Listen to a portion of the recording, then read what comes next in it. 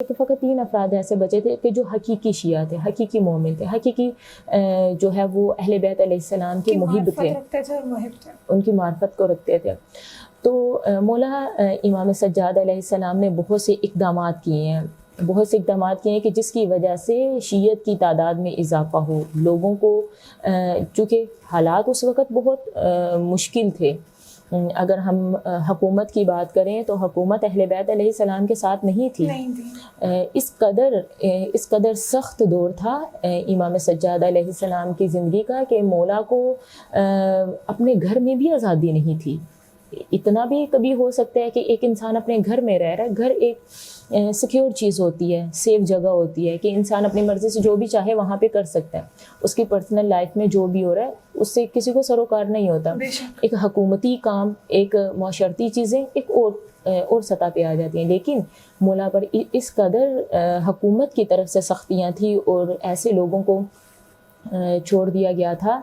کہ وہ ہر وقت مولا پہ نظر رکھے ہوئے تھے کہ مولا کیا کر رہے ہیں، کہیں لوگوں کو تبلیغ تو نہیں کر رہے، کہیں لوگوں کو اہل بیت علیہ السلام کے فضائل، ان کی شان اور ان کی یہ چیزیں تو نہیں بتا رہے۔ اسی لیے امام کو خود وجود سراپا ہدایت تھا کہ لوگ ان کے وجود کو ہی دیکھتے تھے تو لوگ ان کی جانب منقلب ہونا شروع ہو جاتے تھے، ان کے دل ان کی جانب منقلب ہونا شروع ہو جاتے تھے۔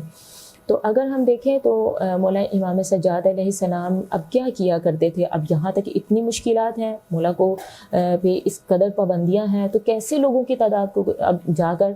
ممبر پر جا کر لوگوں کو تبلیغ نہیں کر سکتے، گھر سے باہر نکل کے لوگوں کا ہجوم نہیں بنا سکتے، لوگوں کو نہیں بتا سکتے کہ یہ اہل بیت علیہ السلام کے فضائل ہیں، خدا کی معرفت، یہ ساری چیزیں بالکل اجازت نہیں تھی۔ تو مولا کیا کرتے تھے،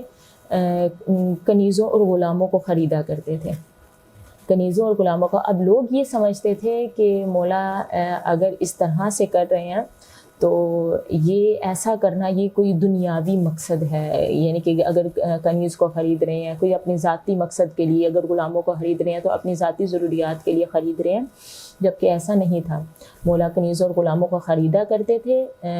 تاکہ وہ آئیں، ہمارے گھروں میں رہیں، ہمارے حالات زندگی کو دیکھیں، ہماری عبادت کو دیکھیں، ہمارے رہن سہن کو دیکھیں کہ ہم کس طرح سے زندگی گزارتے ہیں، اور پھر ان کو ہماری معرفت ہونا شروع ہو جائے گی۔ تو مولا کنیزوں کو لایا کرتے تھے، گھر میں لانا، غلاموں کو لانا، اور تاکہ وہ ان کی زندگیوں کو دیکھیں۔ اور بہت سے ایسے واقعات ملتے ہیں کہ جن کی وجوہات یہ تھی کہ وہ کنیز اور غلام جب مولا آزاد کیا کرتے تھے، یعنی کہ ایسا نہیں تھا کہ ساری زندگی ان کو غلامی میں رکھنا یا اس طرح سے کرنا۔ کنیز اور غلاموں کو لائے، چند سال رکھا، 2 سال 4 سال یا چند سال رکھا، اس کے بعد انہیں آزاد کر دیا کرتے تھے۔ آزاد کرنا میں کہہ رہی ہوں، لیکن در حقیقت مولا آزاد نہیں کیا کرتے تھے۔ جب وہ آزاد ہوتے تھے تو وہ ایک غلام آزاد نہیں کر رہے ہوتے تھے،